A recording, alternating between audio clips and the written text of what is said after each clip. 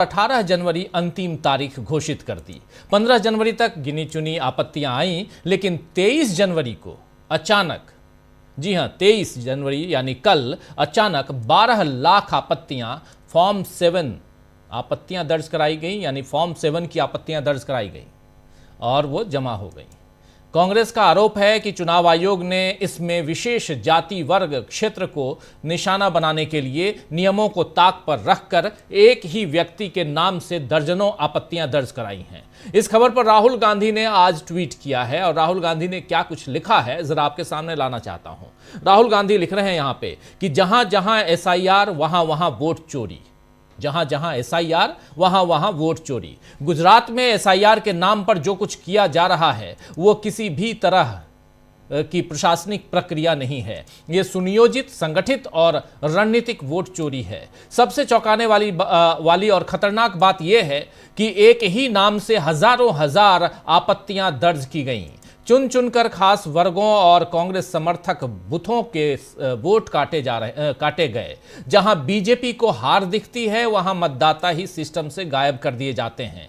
यही पैटर्न आलंद में दिखा, यही राजूरा में हुआ और अब वही ब्लूप्रिंट गुजरात, राजस्थान और हर उस राज्य में लागू किया जा रहा है जहां एसआईआर थोपा गया। एसआईआर को एक व्यक्ति एक वोट के संवैधानिक अधिकार को खत्म करने के हथियार में बदल दिया गया है ताकि जनता नहीं बीजेपी तय करे कि सत्ता में कौन रहेगा। और सबसे गंभीर सच्चाई यह है कि चुनाव आयोग अब लोकतंत्र की रक्षक नहीं बल्कि इस वोट चोरी की साजिश का मुख्य सहभागी बन चुका है। तो राहुल गांधी ने एक बार फिर चुनाव आयोग पर हमला किया है। अब देखना है कि इन आरोपों पर भी चुनाव आयोग क्या राहुल से हलफनामा मांगता है या बीजेपी फिर चुनाव आयोग का बचाव करने सामने आती है। हालांकि इस पर कांग्रेस पार्टी ने आज एक प्रेस कॉन्फ्रेंस भी की। पवन खेड़ा ने इसी मसले पर प्रेस कॉन्फ्रेंस की, उसको भी हम उसके कुछ अंश को आप तक पहुंचाएंगे थोड़ी देर बाद। लेकिन थोड़ा अब बिहार की तरफ चलते हैं। इधर बिहार चुनाव के बाद आज पहली बार बड़ी सभा में तेजस्वी यादव ने भी इसी वोट चोरी और सिस्टम में धांधली का आरोप लगाया है। कर्पूरी ठाकुर की जयंती थी आज और इस जयंती पर बोलते हुए तेजस्वी यादव ने कहा है कि हम कमजोर नहीं हैं, हमारा समय कमजोर है, समय बदलेगा और बिहार में गरीब राज करेगा।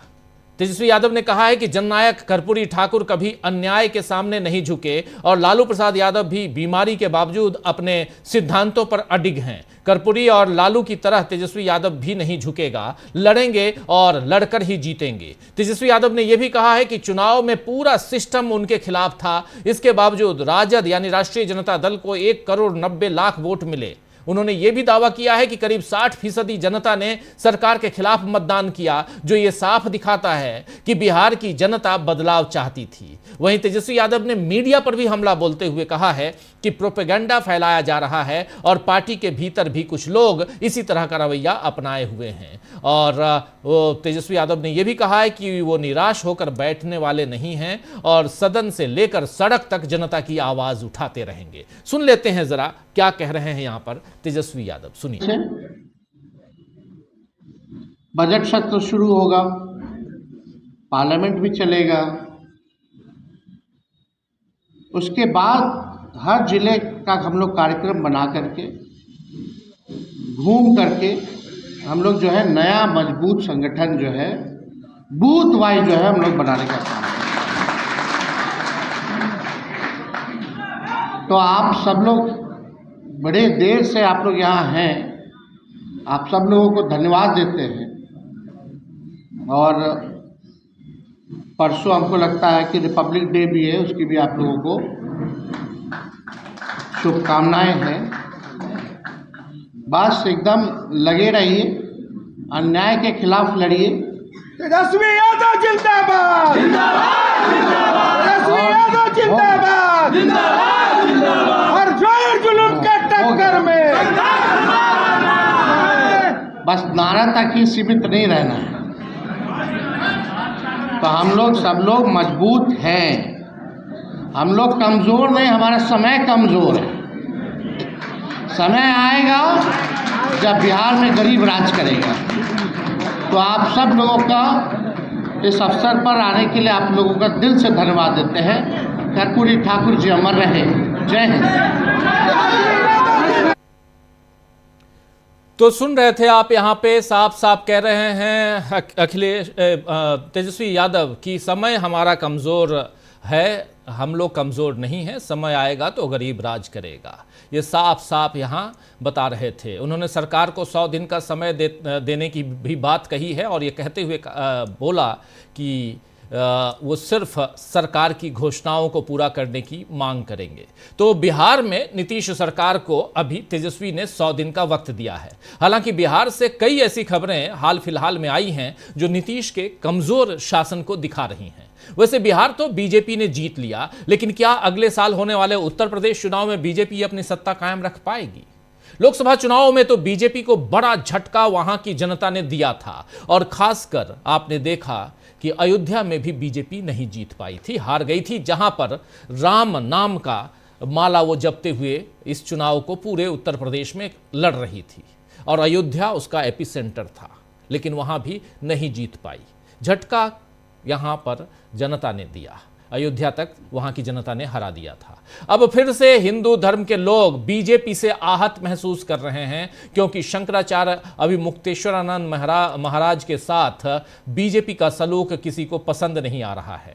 बल्कि राजस्थान में तो लोग इससे इतना नाराज हैं कि 27 जनवरी को शंकराचार्य के समर्थन और उत्तर प्रदेश की योगी सरकार के खिलाफ प्रदर्शन का ऐलान हो गया है। 26 तारीख यानी गणतंत्र दिवस के ठीक अगले दिन 27 जनवरी को वहां पर एक बड़ा प्रदर्शन होने जा रहा है। गौ प्रतिष्ठा आंदोलन, गौ सेवा दिश समेत कई हिंदू संगठन पूरे राजस्थान में प्रदर्शन करने जा रहे हैं। हिंदू संगठन प्रदर्शन करने जा रहे हैं, आप समझ सकते हैं। राजस्थान के सभी जिलों और तहसील मुख्यालयों पर विरोध प्रदर्शन का ऐलान किया गया है और बताया जा रहा है कि इस विरोध प्रदर्शन के दौरान उत्तर प्रदेश के सीएम योगी आदित्यनाथ और प्रधानमंत्री नरेंद्र मोदी के पुतले भी जलाए जाएंगे।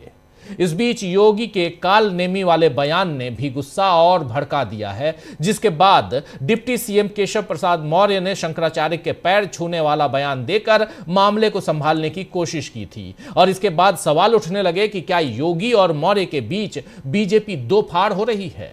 हालांकि इसे बीजेपी और संघ परिवार की ट्रैक टू डिप्लोमेसी भी माना जा रहा है। केशव प्रसाद मौर्य हिंदू परिषद से जुड़े रहे हैं, तो क्या मौर्य के जरिए संतों के गुस्से को शांत करने और बीच का रास्ता निकालने की कोशिश आरएसएस कर रहा है? यह भी एक सवाल उठता है। और खासकर हिंदू परिषद की बात करें तो वैसे अखिलेश यादव ने आज कहा है कि मुझे खुशी है कि शंकराचार्य डटे हुए हैं, देश का एक एक सनातनी उनके साथ है। शंकराचार्य ने फर्जी सनातनियों की पोल खोल दी है।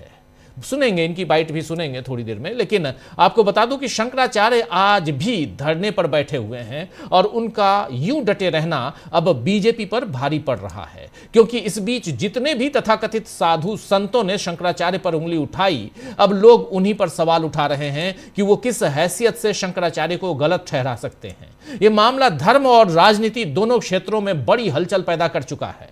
आज तो बसपा सुप्रीमो मायावती ने भी इस पर कहा है कि धार्मिक कार्यों से राजनीति को दूर रखना चाहिए।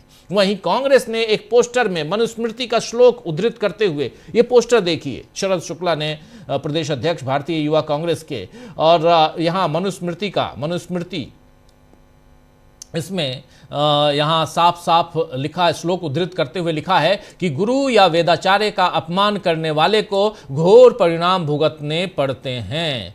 ये जो गुरु या वेदाचार्य का अपमान करता है वो भयानक नरक में गिरता है। ये बात यहाँ मनुस्मृति, क्योंकि बार बार मनुस्मृति का जिक्र बीजेपी के लोग करते हैं, आरएसएस के लोग करते हैं, इसलिए शंकराचार्य का अपमान क्या 2027 में उत्तर प्रदेश में बीजेपी की हार का कारण बनेगा? ये अब नया सवाल उत्तर प्रदेश के लिए खड़ा हो गया है। और वैसे मोदी इस समय विधानसभा चुनावों के साथ साथ अगले लोकसभा चुनावों की तैयारी में लग गए हैं। जिस तरह से दक्षिण के राज्यों में बीजेपी को जमाने की कोशिश नरेंद्र मोदी कर रहे हैं, उससे यही समझ आ रहा है कि 2029 में मोदी अपने लिए पूर्ण बहुमत चाहते हैं और इसके लिए सारे जोड़ तोड़ किए जा रहे हैं। इसके लिए संविधान के साथ साथ राष्ट्रगीत और राष्ट्रगान को भी नहीं बख्शा जा रहा है। पिछले सत्र में यानी अभी जो विंटर सेशन लोकसभा और राज्यसभा का खत्म हुआ, संसद का विंटर शीतकालीन सत्र, उस सत्र में वंदे मातरम पर कैसा विवाद मोदी सरकार ने खड़ा किया, ये हमने देखा, आपने देखा। अब गणतंत्र दिवस से पहले, यानी परसों 26 जनवरी है, उससे पहले यह खबर आई है कि सरकार वंदे मातरम को राष्ट्रगान जन गण मन जैसा दर्जा देने की तैयारी कर रही है। और इसी सिलसिले में हाल ही में एक हाई लेवल मीटिंग की गई, जिसमें इस राष्ट्रीय गीत को गाने के नियमों और प्रोटोकॉल पर चर्चा की गई।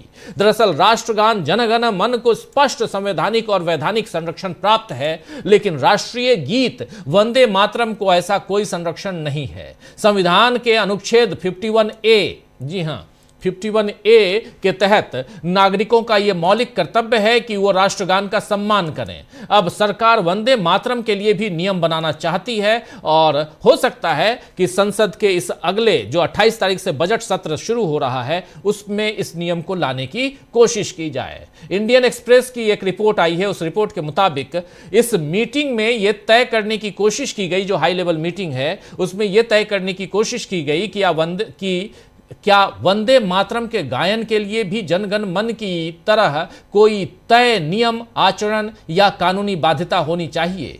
यह सवाल यहां पर पैदा किया गया और इसको तय करने की कोशिश हुई। आपको बता दूं कि मोदी ने वंदे मातरम के अपमान का आरोप कांग्रेस पर लगाया है और इसमें रविंद्रनाथ टैगोर और सुभाष चंद्र बोस तक को नहीं बख्शा।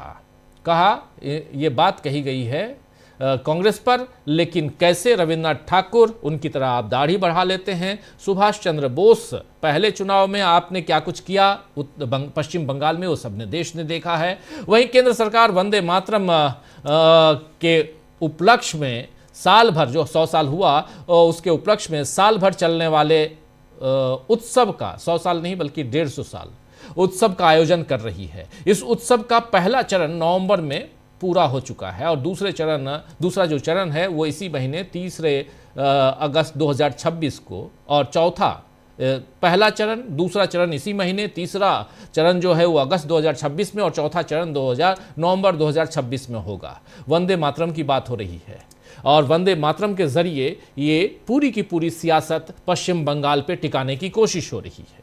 तो आइए दोस्तों, आज चर्चा करेंगे कि नरेंद्र मोदी सरकार एक तरफ संविधान को चोट पहुंचाती है, नागरिकों के वोट खत्म कर रही है, धर्म के नाम पर संतों का अपमान कर रही है, और दूसरी तरफ प्रतीकों की राजनीति कर देश पर कब्जा करना चाहती है। लेकिन क्या मजबूत विपक्ष के सामने बीजेपी का खेल सफल हो पाएगा? आज इसी पर चर्चा करेंगे। मजबूत विपक्ष इसलिए कह रहा हूं क्योंकि ये न ही 2014 वाली सरकार है, न ही ये 2019 वाली सरकार है। ये सरकार 2024 की है, जहां खुद नरेंद्र मोदी की पार्टी को 240 सीटें मिली हैं और नरेंद्र मोदी का पूरा कुनबा 294 सीटों पे, 292 या 294 सीटें मैक्सिमम उस पर टिका हुआ है। और ऐसे में विपक्ष ऑलरेडी 250 के करीब है। तो ये मुद्दा बहुत मजबूत, और यहां पर बहुत मजबूती के साथ राहुल गांधी लड़ते नजर आते हैं। एसआईआर की धांधली जो है उसको उजागर करने की कोशिश आज राहुल गांधी ने एक बार अपने ट्वीट में फिर से की है, और कैसे यहां एक वर्ग विशेष को वोटर लिस्ट से गायब करने की कोशिश हो रही है। जहां जहां खासकर जो मुस्लिम इलाका है उसमें मुसलमानों को कैसे बाहर करने की कोशिश हो रही है, अल्पसंख्यकों को कैसे बाहर करने की कोशिश हो रही है, यह सब कुछ सामने आ रहा है। और इन सब के बीच इसी एसआईआर पर सुप्रीम कोर्ट में सुप्रीम सुनवाई लगातार जारी है। बुधवार को फिर इस पर सुनवाई होगी, यही कमिंग बुधवार। लेकिन इससे पहले जितनी सुनवाइयां हुई हैं मैक्सिमम हमने आप तक उनकी दलीलों को पहुंचाया है साधारण हिंदी भाषा में। तो इसलिए यहां से ये जानना समझना जरूरी है कि इस देश में आखिर चल क्या रहा है, और उसका ऑपरेशन करना यानी उसका विश्लेषण करना भी जरूरी है। क्या फंस गई है भारतीय जनता पार्टी? एसआईआर पर सवाल क्यों उठ रहे हैं और शंकराचार्य पर कैसे बवाल बढ़ रहा है? इन सब की चर्चा करते हैं। हमारे साथ कुछ वरिष्ठ साथी जुड़े हुए हैं, उन सबसे पहले आपका परिचय करवाता हूं, फिर आगे बढ़ते हैं। जरा स्क्रीन पर हमारे तमाम देखिए 4 वरिष्ठ साथी हमारे साथ जुड़े हुए हैं। अंशु नेथानी जी आज हमारे साथ हैं। अंशु जी आपका स्वागत है इस कार्यक्रम में। अमनेंदु जी हमारे साथ हैं, प्रशांत टंडन जी हैं और संजय जी हमारे साथ जुड़े हुए हैं। आप चारों का स्वागत इस्तकबाल आप तमाम दोस्त साथी शुभचिंतक आप सबका जो अब तक जुड़ चुके हैं उनका भी, जो जुड़ने वाले हैं उनका भी। प्रशांत जी सबसे पहले आपके पास आना चाहता हूं। प्रशांत जी, नरेंद्र मोदी दक्षिण कर रहे हैं अब आजकल, दक्षिण भारत, दक्षिण भारत, उत्तर भारत में बवाल मचा हुआ है। दक्षिण भारत का रुख क्यों कर रहे हैं, यहीं से शुरुआत करते हैं। और जब उत्तर भारत की बात करेंगे, ये तमाम चीजें समेट लेंगे आप, मैं जानता हूं, जिसमें शंकराचार्य भी हैं, जिसमें SIR भी है, जिसमें उत्तर प्रदेश भी है और उत्तर भारतीय वोटर्स भी हैं, और पश्चिम बंगाल, असम, यहां से शुरुआत, लेकिन दक्षिण दक्षिण कर रहे हैं, नगरी नगरी द्वारे द्वारे घूम रहे हैं। क्यों आखिर? जी देखिए, शंकराचार्य का जो मुद्दा है वो बीजेपी की अंदरूनी दिल्ली और लखनऊ खींचतान का मामला है, उस पर मैं बात करूंगा। लेकिन देखिए, दो बहुत महत्वपूर्ण बातें हैं। एक SIR, और जो राहुल गांधी ने डिटेल आरोप लगाए हैं और वो लगातार बोल रहे हैं इस पे, और दूसरा कि नरेंद्र मोदी अचानक, आप देखिए कि पश्चिम बंगाल और जहां अगले साल भी चुनाव है, या 6 महीने बाद या 8 महीने बाद चुनाव है, वहां भी अब वो उद्घाटन और हरी झंडी का सिलसिला उन्होंने चालू कर दिया है। और दक्षिण भारत में खासकर, दक्षिण भारत में एक और चीज हमने देखी कि लगातार 3 गवर्नर ने असेंबली में मुख्यमंत्री का या सरकार का लिखा हुआ बयान पढ़ने से मना कर दिया। तो ये दक्षिण भारत क्यों हो रहा है ऐसा? SIR क्या है? ये आखिरी कोशिश है, और इसको मैं थोड़ा सा डेटा जो है, डेटा के माध्यम से समझाता हूं कि क्यों मोदी जी परेशान हैं। देखिए, डेटा एनालिस्ट है अजय प्रकाश जी, उन्होंने रिसर्च किया है। उनके रिसर्च की कुछ बातें मैं रखना चाहता हूं यहाँ पे। आप देखिए कि लगातार बीजेपी जो है, बीजेपी का और कांग्रेस का ग्राफ कहाँ जा रहा है। तो अगर 2014 के इलेक्शन से आप देखिएगा तो बीजेपी का ग्राफ लगातार जो जिसको कहा जाए कि सीट एफिशिएंसी परसेंटेज के वोट के हिसाब से, वो सीट एफिशिएंसी बीजेपी की लगातार गिर रही है। पिछली बार अभी 2024 में बीजेपी को 36.6% वोट मिला। सीटें बीजेपी सबसे ज्यादा लड़ी थी इस बार, 441 सीटें पे। तो बीजेपी को 2019 में जब 303 सीटें आई थी तब 37% वोट मिला था, लेकिन वो 37% 436 सीटों में मिला था।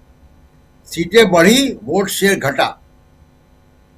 तो जो सीटों का जो गणित है उसमें बीजेपी लगातार गिर रही है।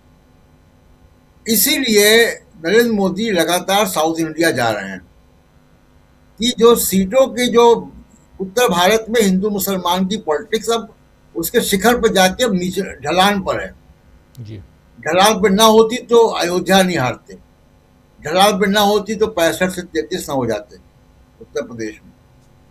तो वो ढलान पे हैं, तो वो नया इलाके ढूंढ रहे हैं। और इसी में आप अगर चुनाव के इतिहास में जाइएगा तो देखिएगा कि 77 में जब कांग्रेस का नॉर्थ इंडिया से सुपड़ा साफ हो गया, इंदिरा गांधी खुद हार गई, तो भी 100 से ज्यादा सीटें दक्षिण भारत से आ गई। कांग्रेस के पास एक रिजर्व ज्योग्राफी है।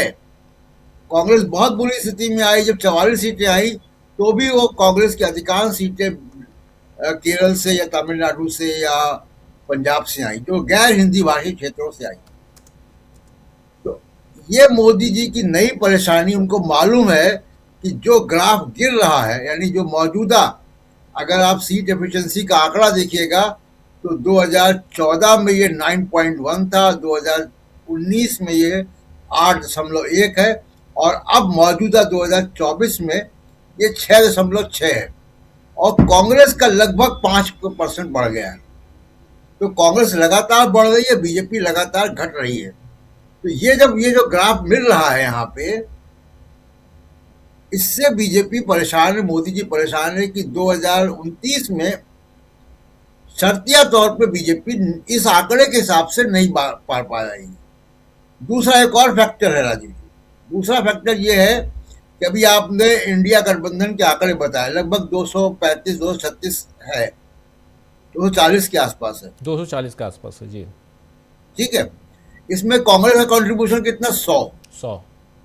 101 तो 101। तो कांग्रेस 99 जीती थी, बाद में 2 बढ़ी हैं। तो कांग्रेस अगर 100 है तो इंडिया गठबंधन 240 है। दुगने से भी ज्यादा। एनडीए में ये नहीं है। एनडीए में बीजेपी को खींचना है पूरा। एनडीए में गठबंधन की पार्टियां जो है 40% वोट भी नहीं लाती हैं, 40% सीटें भी नहीं ला पाती हैं, और वो छोटा भी हुआ है। अकाली दल निकल गया, शिवसेना निकल गई, उद्धव ठाकरे की तमाम और पार्टियां निकल गई। तो ये मुश्किल बीजेपी मोदी जी के पास है। इसलिए मोदी जी लगातार वो कोशिश कर रहे हैं कि साउथ इंडिया में, उनको साउथ इंडिया में क्यों जा रहे हैं, उनको साउथ इंडिया में सरकारें नहीं बना, उनको मालूम है केरल में और तमिलनाडु में सरकार उनकी नहीं आ पाएगी। बंगाल में भी कितनी भी कोशिश कर रहे हैं, बेईमानी कर रहे हैं, फिर भी नहीं आ पाएगी, सरकार नहीं उनकी वहां पे। जहां सरकार होती वहीं कर पाते हैं। ये विधायक लाना चाहते हैं, या जहां पे नंबर 3 थे वहां पे नंबर 2 होना चाहते हैं, ताकि लोकसभा में उसकी जो पार्टी की जो परफॉर्मेंस है उसमें कुछ इजाफा हो सके। तो ये मोदी जी की चिंता ये है, उनको दिख रहा है कि 2024 में वो नहीं हो सकते। अगर वो उत्तर भारत के बाहर अपना एक्सपेंशन नहीं करते। हम लोग बहुत समय से ये बातें राजीव जी कर रहे हैं कि मोदी जी 11 साल सत्ता में रहने के बाद भी दक्षिण भारत में नहीं जा पाए, और एकमात्र राज्य था कर्नाटक, वहां भी हार गए। तो दक्षिण भारत से पूरा सुपड़ा इनका साफ है, और जिस तरीके की राजनीति कर रहे हैं उसमें संभावना भी कम है। तो मोदी जी को नई राजनीति को इन्वेंट करना है। राहुल गांधी वो नई राजनीति को इन्वेंट कर चुके हैं, वो सामाजिक न्याय की राजनीति में आ गए हैं। तो ये मुश्किल है मोदी जी की। इसलिए एसआईआर बहुत इंपॉर्टेंट है, और विपक्ष को इस पे बहुत जोरदार तरीके से आंदोलन करना चाहिए, क्योंकि ये बीजेपी को, मोदी जी को वो राहत देने के लिए काम हो रहा है जिसकी वो घबराहट है उनके अंदर कि चुनाव अब अपने दम पे, पार्टी के दम पे चुनाव नहीं जीत सकते। वो उनको अब इलेक्शन कमीशन के सहारे की जरूरत है। जी राजीव जी बिल्कुल बिल्कुल, आप सही कह रहे हैं। इलेक्शन कमीशन के सहारे की जब बात आती है तो एसआईआर और एसआईआर पर तमाम दल जो है, विपक्षी दल, खासकर विपक्षी नेता, वो लगातार हमलावर हैं और जानते हैं कि चोरी हो रही है। कई ऐसी चीजें हैं जो सामने आ रही हैं, जो प्रमाण है, प्रूफ है, वो सामने आ रही हैं, इसलिए यहां पर ये बातें कही जा रही हैं। अखिलेश यादव ने जब आज पीसी की प्रेस कॉन्फ्रेंस की तो इस मसले पे भी उन्होंने बहुत सारी बातें कही। आइए जरा सुन लेते हैं। एसआईआर, चुनाव आयोग, अखिलेश यादव कह क्या रहे हैं। एसआईआर लगातार, और एसआईआर से जुड़ी हुई खबरें लगातार हम लोगों को सुनने को मिल रही हैं। एसआईआर का जो मूल मकसद था, और जो हम लोगों ने पहले दिन जब अनाउंस हुआ है एसआईआर, जो प्रेस कॉन्फ्रेंस की गई, वो यही कहा गया था कि एसआईआर के बाद वोटर लिस्ट में कोई भी कमी नहीं छूटेगी।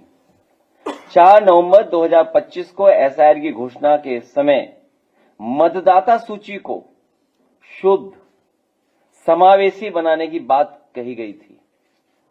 और इधर हम लोगों को देखने को मिला कि जो टर्म्स यूज कर रहा था इलेक्शन कमीशन के, मैपिंग या टेक्नोलॉजी का सहारा लेकर के, वो वोटर लिस्ट को एकदम ठीक बनाएंगे और कोई भी वोटर छूटेगा नहीं।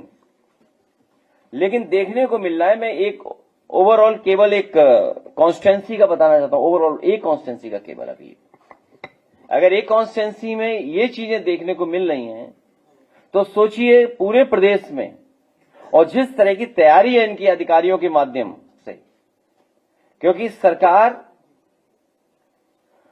अधिकारियों से मिलकर के, और क्योंकि इलेक्शन कमीशन भी निष्पक्ष नहीं है, जो कॉन्स्टिट्यूशनल बॉडी है उसकी जिम्मेदारी बनती है कि इस समय पर जहां भेदभाव हो रहा हो, जहां कई बार ऐसी घटनाएं मिल रही जहां पर सरकार अपनी मनमर्जी से काम करा लेती है। और फिर जब बाई इलेक्शन में हम लोगों ने देखा था कि पूरा का पूरा बाई इलेक्शन में वोट लूटा गया था। तो एसआईआर पर अंशु जी, यहाँ एसआईआर बहुत महत्वपूर्ण चैप्टर है और जो बार बार यहाँ ओपन होते हुए हम देखते हैं, ये चैप्टर खुलता है और उसमें से बहुत सारी ऐसी चीज़ें, हर बार कुछ ना कुछ नई चीज़ें आती हैं और नई चीज़ें क्या होती हैं, इसमें सुधार की कोई बात नहीं आती सामने। बात सिर्फ और सिर्फ आती है किसी न किसी गड़बड़ी की, किसी न किसी घोटाले की बू आती है, गड़बड़ी की तरफ अंदेशा उसका प्रूफ मिलता है, जिसमें आज राहुल गांधी ने जो बातें बताई हैं और ख़ासकर गुजरात में 15 तारीख को कुछ भी नहीं और 23 तारीख को बहुत कुछ, एक साथ 12 लाख फॉर्म 7 और एक आदमी के नाम पे दर्जनों, यानी एक आपत्तिकर्ता दर्जनों वो कर रहा है, दर्जनों लोगों के ऊपर आपत्ति कर रहा है, जता रहा है। और ये जो दर्जनों लोग हैं ये अल्पसंख्यक समुदाय से हैं, एक वर्ग विशेष से हैं। यहां पर सब कुछ, और यही बात यहां तेजस्वी यादव कह रहे हैं, यही बात अखिलेश यादव कह रहे हैं, यही बात राहुल गांधी कह रहे हैं। जरा ये समझना चाहता हूं आपके जरिए कि क्या जो अभी प्रशांत टंडन जी कह रहे थे कि नरेंद्र मोदी दक्षिण की तरफ भी रुख कर रहे हैं, दक्षिण में भी एसआईआर हो रहा है, दक्षिण के राज्य और खासकर जो चुनावी राज्य हैं, केरल है, तमिलनाडु है, पुदुचेरी है, इन सब में करवाया जा रहा है, गोवा में भी करवाया जा रहा है जिसमें अगले साल चुनाव होना है, सब जगह एसआईआर। ये एसआईआर जो हथियार है अभी आज की तारीख में नरेंद्र मोदी का, क्या इसके जरिए जीत हासिल करना ही मात्र उद्देश्य है या जनगण मन जैसे, जो जनगण मन की जगह राष्ट्रगान की जगह राष्ट्रगीत को उसी ढंग से उसी पोजीशन पर लाने की जो कोशिश है, इसमें कोई बुराई नहीं है, हम इसकी आलोचना नहीं कर रहे हैं, आप लेके आइए। समय बहुत महत्वपूर्ण है। रविन्द्रनाथ टैगोर, सुभाष चंद्र बोस, अब बंकिम चट्टोपाध्याय, ये सब आप लेके, इन सब के जरिए क्या आप पश्चिम बंगाल की सियासत को साध पाएंगे, ये बड़ा सवाल है और इसमें जनता उलझ रही है, इसलिए यहां पर यह सवाल पैदा होता है। इस उलझन को थोड़ा सा सुलझाने की कोशिश कीजिए कि इस सियासत में, नरेंद्र मोदी की सियासत में आखिर चल क्या रहा है और इन सब के बीच थोड़ा सा, और इसमें एक बात और जोड़ दे रहा हूं, धर्म की चाशनी, और जिसमें आप कह ये रहे हैं कि हम तो भाई हिंदू हृदय सम्राट हैं, लेकिन हिंदू हृदय सम्राट हैं तो हिंदू धर्म का ही शंकराचार्य, उससे आप प्रमाण मांग रहे हैं। कल संजय सिंह ने सही कहा, परसों संजय सिंह उनके पास गए, बोले जो अपना प्रमाण पत्र नहीं दे सकता वो आपसे शंकराचार्य का प्रमाण पत्र दे रहा है। ताज्जुब है, ये बात कह रहे हैं अपोजिशन के नेता। आपकी टिप्पणी। राजीव जी, अब तो बात ये हो गई है कि बीजेपी के अलावा पूरे देश को ये साबित करना है कि वो कौन है। आपको साबित करना है कि आप राजीव रंजन हैं, मुझे साबित करना है कि मैं अंशु नैथानी हूं, शंकराचार्य को साबित करना है कि वो शंकराचार्य हैं, और वोटर को साबित करना है कि वो वोटर हैं। मतलब हर किसी को यहाँ पर साबित करना है कि वो कौन है, और इसका टेस्ट जो है वो पूरा बीजेपी लेगी और सरकार लेगी। लेकिन सरकार को अपनी किन्हीं बातों का कोई जवाब नहीं देना है, उनको नहीं बताना है कि वो कैसे, उनकी डिग्री क्या है या फिर उनके आंकड़े क्या है। आईएमएफ उनको ग्रेड सी देता है तो उसकी वजह क्या है, आप आंकड़ों को इतना उलझाते क्यों हैं, सब बातें आपकी गलत क्यों होती हैं। और जो अब तो आपका जैसे कहा जाए जो तुरुप का पत्ता है, धर्म नाम की जो अफीम है, वो भी अब फेल होता दिखाई दे रहा है। जो हिंदू ही हैं, जो उनके वोटर्स हैं, उन्हें ही अब ये यकीन करना मुश्किल होता जा रहा है क्या ये वाकई ये पार्टी हिंदुओं की पार्टी है। बहुत से ऐसे वोटर्स हैं, हमने देखा कि जो लगातार बीजेपी पर अब आरोप लगा रहे हैं, चाहे वो बनारस में दाल मंडी के जो है वोटर्स हैं, वहां रहने वाले लोग हैं, वो तो साफ साफ पर मैं देख रही थी एक टीवी कार्यक्रम में कई लोग बोल रहे थे कि हमारे सांसद हैं मोदी जी, हमने खुद कमल को चुना और बड़े खुश थे, लेकिन आज हम बहुत दुखी हैं कि हमने क्यों कमल को चुना, क्यों बीजेपी को चुना। हम हाथ जोड़ के प्रार्थना कर रहे हैं मोदी जी से कि कभी दाल मंडी की तरफ भी देख लें, क्या बर्बादी यहाँ पर की जा रही है। तो जो हिंदू हृदय सम्राट ही लोग बनते थे, अब ये भी चीज इनकी खत्म होती जा रही है, क्योंकि लोग देख रहे हैं कि ये अपने साधु संतों के साथ क्या कर रहे हैं, हमारे शंकराचार्यों के साथ, साधु संतों के साथ क्या किया जा रहा है। उनकी चोटी पकड़ के घसीटा जा रहा है, उन्हें मारा पीटा जा रहा है, उन्हें अपमानित किया जा रहा है। तो जो धर्म है वो भी इनकी व्याख्या के अनुसार चलेगा, यानी हिंदू धर्म भी अब वही होगा जो बीजेपी कहती है। पहले तो केवल देशभक्ति का ही टैग था कि जो बीजेपी वाले हैं केवल वही देशभक्त, बाकी कोई बोलेगा तो वो देशद्रोही। अब हिंदू भी वही कहलाएगा जो बीजेपी की लाइन के हिसाब से चलेगा। अगर बीजेपी कहेगी ये शंकराचार्य दूध का धुला नहीं, ये शंकराचार्य बहुत खराब है, ये शंकराचार्य गलत कर रहे हैं, शंकराचार्य साबित करें कि वो है या नहीं, तो वो सब कुछ सही। और यही बीजेपी पहले इन्हीं शंकराचार्य के चरणों में गिरी हुई थी।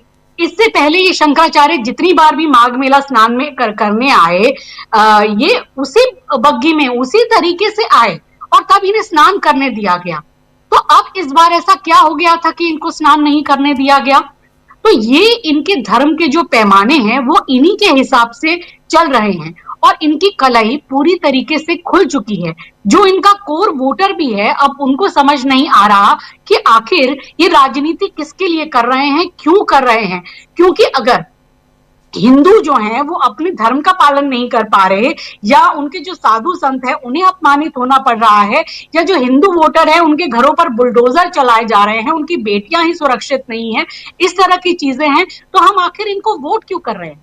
और राजीव जी, बहुत जल्दी आप देखिएगा कि बीजेपी में एक सर फुटव्वल और जूतम पैजार का दौर शुरू होने वाला है। क्योंकि अब ये जो है बीजेपी भी अपने कहा जाए कि पूरी तरीके से एक वहां पर पहुंच चुकी है जहां इनका जितना राइज होना था या जहां तक पहुंचना था पहुंच गए। अब यहां से डाउनफॉल ही होना है, एक सैचुरेशन पॉइंट आ चुका है जो इनकी सत्ता पे है। अब एक खींचतान मचेगी जो हम देख रहे हैं, अलग अलग गुट चल रहे हैं किस तरह से। जो अमित शाह हैं वो जगह जगह जो अपने लोग हैं, चाहे वो पार्टी अध्यक्ष हो, चाहे हम उत्तर प्रदेश की बात करें या दूसरे स्थानों में बात करें, वो वहां पर अपने लोगों को फिट कर रहे हैं।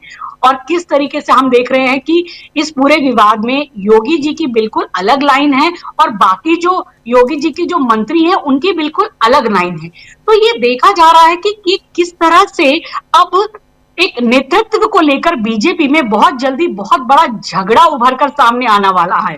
वहां पर हम देखते हैं कि मुंबई में किस तरह फडणवीस जो है वो अपने आप को दावेदार के रूप में पेश कर रहे हैं। वो दावोस जाते हैं और दिखाते हैं कि हम 30 लाख का निवेश लाएंगे। हालांकि उनकी कलाई यहां भी खुल जाती है, वहां पर कोई विदेशी इन्वेस्टमेंट नहीं है। वो ज्यादातर जो महाराष्ट्र के ही इन्वेस्टर है उन्हीं से हाथ मिलाते हैं, फोटो खिंचाते हैं और दावा करते हैं कि 30 लाख करोड़ का, माफ कीजिए 30 लाख करोड़ का इन्वेस्टमेंट है वो महाराष्ट्र के लिए आएगा। और उससे पहले 2-3 साल पहले ही जो शिंदे थे उन्होंने कहा था कि 3 लाख करोड़ का इन्वेस्टमेंट लाएंगे। तो आप मानिए कि 2-2.5 साल में ऐसा क्या चमत्कार कर दिया कि 30 लाख करोड़ का इन्वेस्टमेंट मिल रहा है, और वो भी केवल महाराष्ट्र के ही ज्यादातर जो है इन्वेस्टर उनके जरिए। और आप उनके लिए इतना खर्च करके सरकारी पैसा लगा करके फोटो खिंचाने के लिए दावोस जाते हैं। वो तो आप महाराष्ट्र में भी एक चाय के कप में इन MOUs को साइन कर सकते थे। हालांकि ये केवल कागज में ही साइन होंगे, और अगर वास्तव में इतना बड़ा इन्वेस्टमेंट है तो 10 लाख करोड़ का जो महाराष्ट्र पर लोन है वो आप चुका सकते हैं। जो 100 महिलाओं को देना है जो नहीं दे पा रहे वो भी आप दे सकते हैं। लेकिन ये सब इनके कागजी आंकड़े होते हैं, दिखाने के होते हैं। और ये केवल अभी दिखाया जा रहा है कि फडणवीस कैसे सबसे जो ज्यादा, जैसे वाइब्रेंट गुजरात करके मोदी जी सत्ता में आए थे, ऐसे अब मैग्निफिसेंट महाराष्ट्र करके फडणवीस अपने आप को तैयार कर रहे हैं। जो योगी है यहाँ यूपी में वो यहाँ पर एक उत्तराधिकारी के तौर पे तैयार हो रहे हैं। जो अमित शाह है उनका एक खेमा अलग चल रहा है। तो राजीव जी, बहुत जल्दी देखिएगा कि पूरा बखिया उधड़ने वाला है बीजेपी का। इनके कोर वोटर्स इनसे नाराज चल रहे हैं, हिंदू धर्म के अनुयायी इनसे नाराज चल रहे हैं, और जिस तरह के झूठे आंकड़े ये प्रस्तुत कर रहे हैं और अपने ही नेतृत्व को लेकर इनके बीच की जो अंदर खाने की लड़ाई है वो बहुत जल्दी अब सतह पर आने वाली है। तो सही कहा कि जो नॉर्थ इंडिया की बेल्ट है वहां तो इनका खेल खत्म ही है, वो इनको नजर आ रहा है। अब बेशक ये साउथ इंडिया का रुख करें, वहां पर जाके सोचे कि हम अपना कुछ ग्राफ बढ़ाएं या अपनी चीजों को वहां मजबूत करें, वहां फिर ये हिंदू धर्म की हम जो है थोड़ी चाशनी फैलाएं, थोड़ा सा अफीम चटाएं। लेकिन ये अब चीजें इतनी आसान नहीं है, क्योंकि एक जो अपना धर्म पे ये बीजेपी का लेबल लगा के जो बेचते हैं ये, उसकी कलाई अब खुल चुकी है। लोग ये जान चुके हैं कि ये धर्म को मात्र एक टूल की तरह इस्तेमाल करते हैं। धर्म के लिए इनकी कोई आस्था नहीं है, धर्म के लिए इनका कोई सम्मान नहीं है। जब चाहते हैं ये उन्हीं शंकराचार्य के पैरों में गिरते हैं और जब चाहते हैं ये उन्हीं को अपमानित करते हैं। यानी इनके पास सत्ता है तो उस सत्ता की हनक में ये कुछ भी कर सकते हैं और धर्म भी वही है जो ये कहेंगे। अभी क्यों ये नाराज हैं ज्यादा इन अवरेशमा, ये जो है शंकराचार्य जिनके खिलाफ इन्होंने कार्रवाई की है, क्योंकि ये खुलकर इनकी गलत बातों का विरोध करते हैं। जब अयोध्या में राम मंदिर बनने का समय था, उन्होंने इस समय को भी गलत बताया था, उनका विरोध किया था। और तो कई बार ये तो योगी को जो है औरंगजेब तक की उपाधि दे चुके हैं, कह चुके हैं और कह चुके हैं कि ये तो बिल्कुल हिंदू धर्म के खिलाफ सारे कार्य कर रहे हैं। तो ये जब देख रहे हैं कि ये संत, उनको इनसे मतलब नहीं कि ये शंकराचार्य हैं और ये हिंदू धर्म के इतने प्रतिष्ठा का प्रतिनिधित्व करते हैं, और बाकी शंकराचार्य भी इस बात पे कह रहे हैं कि माफी मांग लेनी चाहिए या गलत किया, पर इनकी जो हनक है सत्ता की, या जिनको लगता है कि जो हम बता रहे हैं धर्म के बारे में वही सही है और ये शंकराचार्य तक गलत है, इनको नोटिस भिजवा रहे हैं और इन्हें साबित करने के लिए कहा जा रहा है। तो जो इनका भी कोर वोटर है वो भी धीरे धीरे ये समझ रहा है कि ये कैसे गलत चीजों को फैला रहे हैं। चाहे हमारी विदेश नीति की बात हो, चाहे हमारे पर कैपिटा जो है वो इनकम की बात हो, या फिर बेरोजगारी की बात हो, लोग हर चीज में इसको महसूस कर रहे हैं कि जो सही काम है वो नहीं हो रहे। आज क्या बात होनी चाहिए थी, भले ही ये दावोस में गए हों और इतने बड़े बड़े आंकड़ों की बात कर रहे हो, लेकिन गीता गोपीनाथ जी ने जिस तरीके से उसकी कलाई खोलकर रख दी, और ये केवल एक छोटी सी बीच में रील काट कर दिखाते हैं उनकी कि जो है कि तीसरी सबसे बड़ी इकोनॉमी बनेगी, लेकिन कैसे वो जो कह रही है आगे की बात वो नहीं सुनते हैं। प्रदूषण का ये हाल है कि जिससे आपका इतना वर्क फोर्स लॉस हो रहा है, जिससे आपके यहाँ पर कोई इन्वेस्टर कोई काम करने को तैयार नहीं है। कितने बड़ी बड़ी कंपनीज के सीईओ, अभी हाल ही में एक बहुत बड़ी फार्मा कंपनी के सीईओ ने इस्तीफा दे दिया कि मैं दिल्ली जैसे शहर में काम नहीं कर सकता हूं। विदेशी खिलाड़ी यहाँ पर नहीं आते हैं, मना कर देते हैं कि दिल्ली में इतना प्रदूषण है, इतना यहाँ पर तो जो है कि आके मौत ही हो जाएगी, इतना गंभीर इमरजेंसी के हालात हैं, तो हम यहाँ नहीं आ सकते। और आप बात करते हैं कि आप शंघाई बनाएंगे, आप यहाँ पता नहीं क्या बना देंगे। आप अपने डेमोग्राफिक डिविडेंड का कोई फायदा नहीं उठा पाए। गीता गोपीनाथ ने बिल्कुल स्पष्ट किया कि इस हालत में जो बहुत मुश्किल है कि भारत वो तरक्की कर पाए जो चाइना ने की है, या फिर जो दूसरे देश कर रहे हैं, कि जो प्रदूषण इतनी बड़ी समस्या है, हमने अपने डेमोग्राफिक डिविडेंड का कोई फायदा नहीं उठाया, बेरोजगारी इतने चरम पर है, और जो हम अपने आंकड़े हैं उनको हम छुपाते हैं। और यही चीज एसआईआर में हो रही है।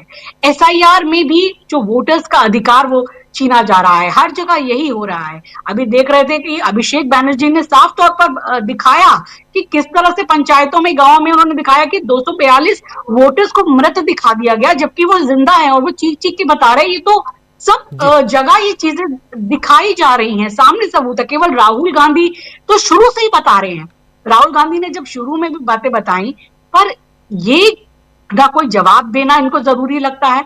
चुनाव आयोग का क्या कहा जाए, मतलब बीजेपी चुनाव आयोग नहीं, मतलब बेशर्म चुनाव आयोग की तरह ये काम कर रहे हैं, कोई जवाब नहीं देते। राहुल गांधी ने तो जब वो ब्राजीलियन मॉडल की भी फोटो दिखाई थी, उसके ऊपर भी ये कोई जवाब नहीं दे पाए कि 22 जगह कैसे उनकी फोटो आ रही है, उनका नाम आ रहा है। और एसआईआर में हर जगह डिलीशन और एडिशन का ही खेल चल रहा है। जो ऑपोजिशन पार्टी के वोटर्स हैं उनको काटा जा रहा है और अपने हिसाब के वोटर्स वहां पर घुसाए जा रहे हैं। तो ये एसआईआर ये शुद्धिकरण नहीं है, ये किसी भी सूची का। जो ये एसआईआर है वो बीजेपी के फायदे के लिए, उनके चुनाव जीतने की एक कड़ी है, उसको जस्टिफाई करने का है। तो अभी ये सभी तरीके से चीजें जैसे जाहिर होती जा रही हैं, एक एक करके इनका सारी चीजें सामने आ रही हैं, तो अब लोग भी इसको समझ रहे हैं कि ये सारी गलत चीजें हैं। और बहुत जल्दी बड़े स्तर पर लोग जैसे अब इनकी हर बात का विरोध करने लगे हैं। जब भी कुछ ऐसा होता है तो आप देखेंगे कि धीरे धीरे ये विरोध और बढ़ेंगे। तो अब इनकी कलाई खुलती जा रही है, ये एक्सपोज होते जा रहे हैं। तो अब इनके लिए एक तो अपने पार्टी के अंदर की भीतरगात को संभालना मुश्किल होगा, और दूसरी तरफ ये जो इनके अपने कोर वोटर्स हैं उनको भी संभाल पाना अब बीजेपी के लिए बहुत मुश्किल होगा। मैं ये देख रही हूँ। जी जी, बिल्कुल बिल्कुल।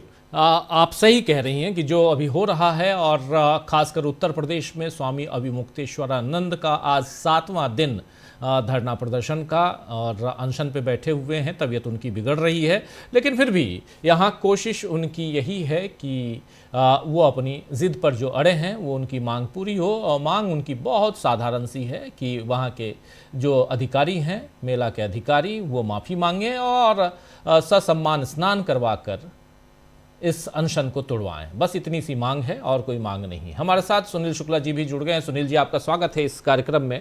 पहले लेकिन संजय जी आपके पास आता हूं। संजय जी, SIR की बात हम कर रहे थे और बात बहुत सारी कर रहे हैं हम, दक्षिण से उत्तर तक और पूरब से पश्चिम तक तमाम राज्यों की बात भी कर रहे हैं। देखिए, पूरब की बात करूं तो फिर बंगाल है, बंगाल में इलेक्शन, और बंगाल की आज जिक्र अभी कर रही थी, बंगाल का जिक्र अंशु जी कर रही थी। फिर अगर आप पश्चिम आइए तो गुजरात देखिए, गुजरात में क्या कुछ खेला हुआ है वो आप देख रहे हैं। दक्षिण में प्रधानमंत्री खेला करने की कोशिश कर रहे हैं, लगातार वो जा रहे हैं, और उनके साथ ही अमित शाह हर दूसरे दिन वहाँ पहुँच जाते हैं। उत्तर भारत में और खासकर उत्तर प्रदेश में जो हो रहा है, नाम ही उत्तर प्रदेश है, उत्तर प्रदेश में जो हो रहा है आप सब हम सब देख रहे हैं अच्छी तरह से। स्वामी अभिमुक्तेश्वरानंद के बहाने कुछ लोग अपनी ही पार्टी में अपनी गोटी फिट करने की कोशिश भी कर रहे हैं, लेकिन इसके साथ साथ दो फाड़ भी हम देख रहे हैं यहाँ भारतीय जनता पार्टी में। ये जो दो फाड़ की कहानी है, इसको थोड़ा सा आगे बढ़ाइए संजय जी। ये केशव प्रसाद मौर्य वर्सेस योगी आदित्यनाथ। केशव बाबू ने ये कहा कि पैर पकड़ के माफ़ी मांग लेनी चाहिए उनका, और अभी जब सुनील शुक्ला जी के पास आऊँगा तो और भी वो बताएंगे कि क्या कुछ हो रहा है। लेकिन ओवरऑल आपको क्या लगता है कि इसके ज़रिए उत्तर प्रदेश की सियासत में भारतीय जनता पार्टी दो फाड़ क्लियर दिखाई दे रही है? क्योंकि चोर चोर मौसेरे भाई कहिए या सत्ता के लिए कुछ भी करेगा, दोनों में से कुछ ना कुछ तो इम्प्लीमेंट हो जाएगा, और जनता के फायदे का कुछ नहीं होना है, और बीजेपी का ओवरऑल कोई नुकसान नहीं होगा। मतलब अगर योगी जी हट भी जाएंगे तो उनकी लड़ाई जो है वो वैसी नहीं होगी, या योगी जी तब उतने पावरफुल नहीं रह जाएंगे कि वो दूसरे खेमे का कुछ बिगाड़ पाए। तो अगर इनको हटाना है वो हटा देंगे तो बीजेपी तो ओवरऑल मजबूत ही हो जाएगी यूपी में। अगर बीजेपी इस बार लोकसभा चुनाव में हारी थी तो कारण यह भी था कि योगी जी साथ नहीं दे रहे थे बीजेपी का। तो अगर बीजेपी योगी जी को हटाने में कामयाब रहती है, और मुझे लगता है कि यह सारा विवाद इसी कारण है कि योगी जी को हटाना है, तो विवाद खड़ा किया गया, बनाया गया, फैलाया गया, बढ़ाया गया, वो सब इसलिए कि योगी जी को निपटाना है। लेकिन अगर योगी जी निपट ही गए तो ओवरऑल तो बीजेपी को फायदा ही होना है।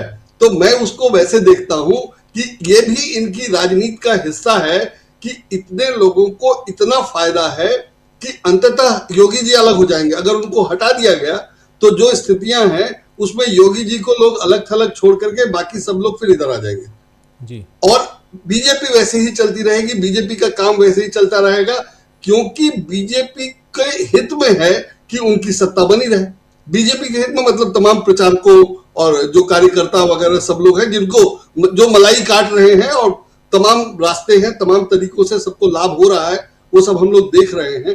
तो मुझे नहीं लगता है, वो उनकी इंटरनल पॉलिटिक्स है, उसमें उनको योगी जी को निपटाना है, वो भी है, हो सकता है वो निपटा भी दे, लेकिन अंततः उससे हमारे देश को, जनता को या यूपी को कोई फायदा नहीं होगा और बीजेपी को कोई नुकसान नहीं होगा, ऐसा मुझे लगता है। मतलब निश्चित रूप से मैं गलत हो सकता हूं, लेकिन मुझे लगता है कि जिस दिन योगी जी कमजोर हुए उस दिन सब लोग छोड़ करके और योगी जी के दूसरी तरफ आ जाएंगे जो मजबूत होगा। अगर योगी जी मजबूत हुए तो वो भी मजबूत हो जाएंगे, तो वो प्राइम मिनिस्टर बन जाएंगे।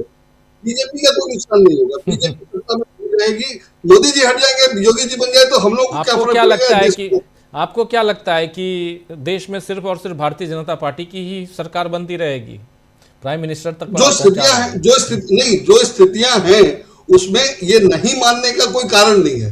माने ठीक है, समाजवादी पार्टी है संजय जी, 240 है, 272 नहीं है। नहीं, मैं आ रहा हूं उसमें।